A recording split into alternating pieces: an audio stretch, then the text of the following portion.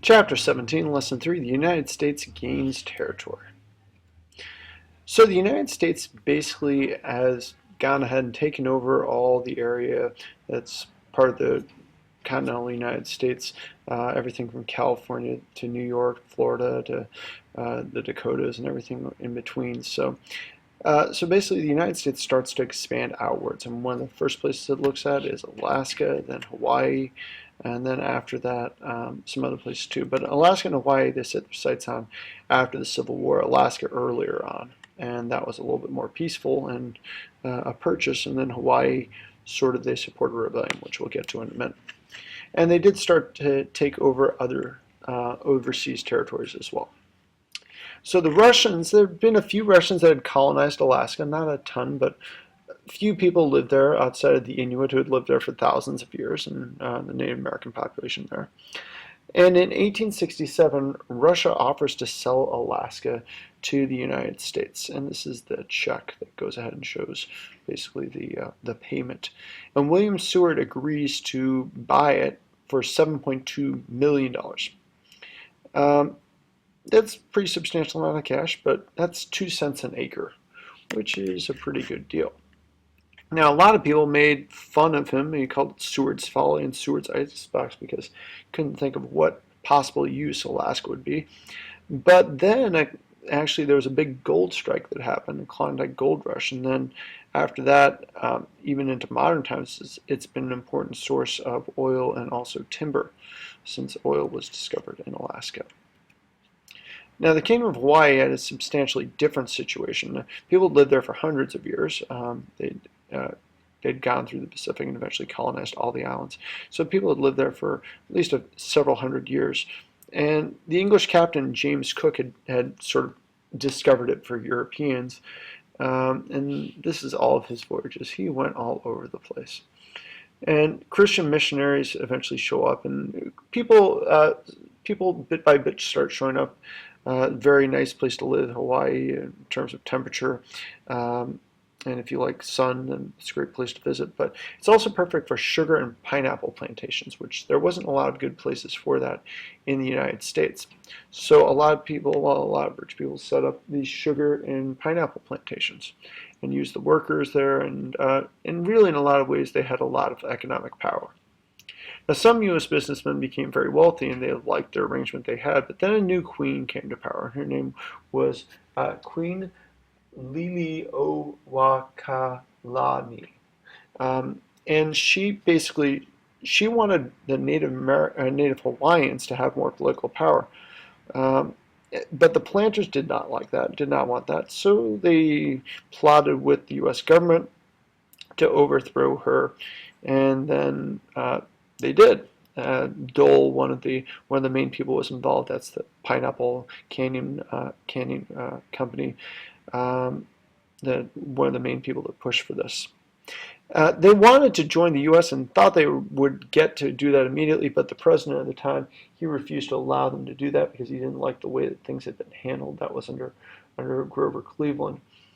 But eventually they do get to be a part of the United States, and that's in 1898 when McKinley comes to power as president. And by 1959, Alaska and Hawaii become actual states in the United States. So the other group the other area where the United States takes a whole lot of territory is from war with Spain. And Spain was still a colonial power, but it had declined a tremendous amount from its time periods, its heyday when it was in charge of large parts of the southern part of the United States and also in large parts of Mexico and then South America. But it had declined drastically. And really, it only had two major areas in the Americas. That were Puerto Rico and Cuba. And in 1895, a revolt starts against the rule in Cuba. And it was pretty bad the way that the Cubans were treated by the Spanish. And they'd killed and jailed lots and lots, thousands of people, and it was pretty vicious. Newspaper reports were really bad at the time, talking about how there were massacres and the treatment was absolutely horrible, and in a lot of ways it probably was. But there was a lot of sensationalist journalism also that has a big impact on this war. And then the U.S. government sends this ship in 1898 to the Havana harbor, and that's the main harbor. And it's there, they say, to protect Americans in Cuba. And what ends up happening is it's never been explained sufficiently or clearly that the ship blows up. It could have been a boiler accident. It could have been the coal exploded. Could have been a mine. That's a mine that went ahead and exploded. But this is devastating. It kills about 3/4 of the people on board because it sinks very, very quickly.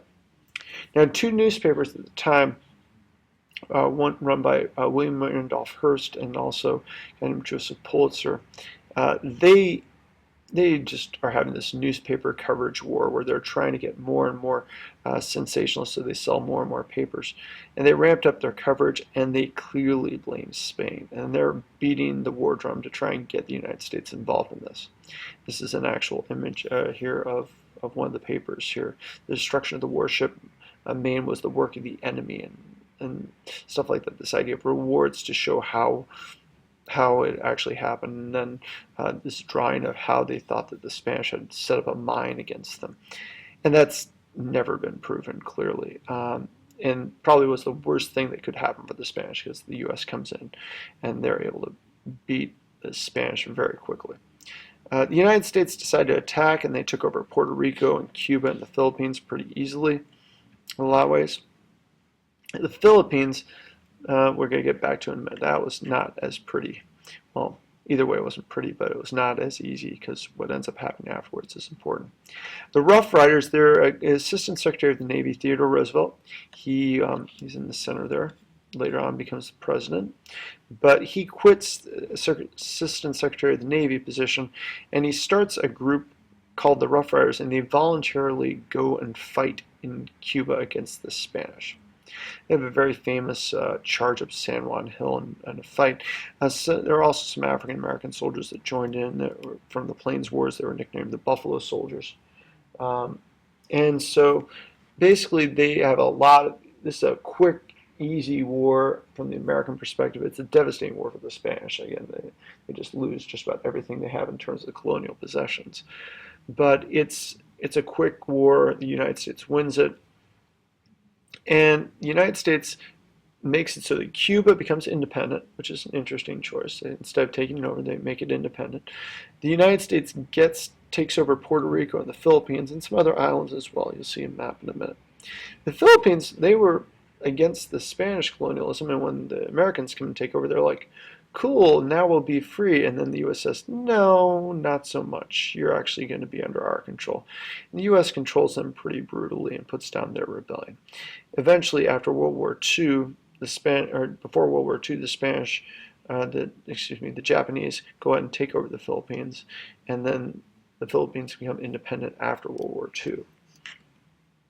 And really, the Americans are becoming more and more a world power. If you look here, these are all the places where they took over, all these little islands. The Pacific Ocean is a huge place, so having these is important for refueling stops. And Alaska, certainly, they purchased. So that's it.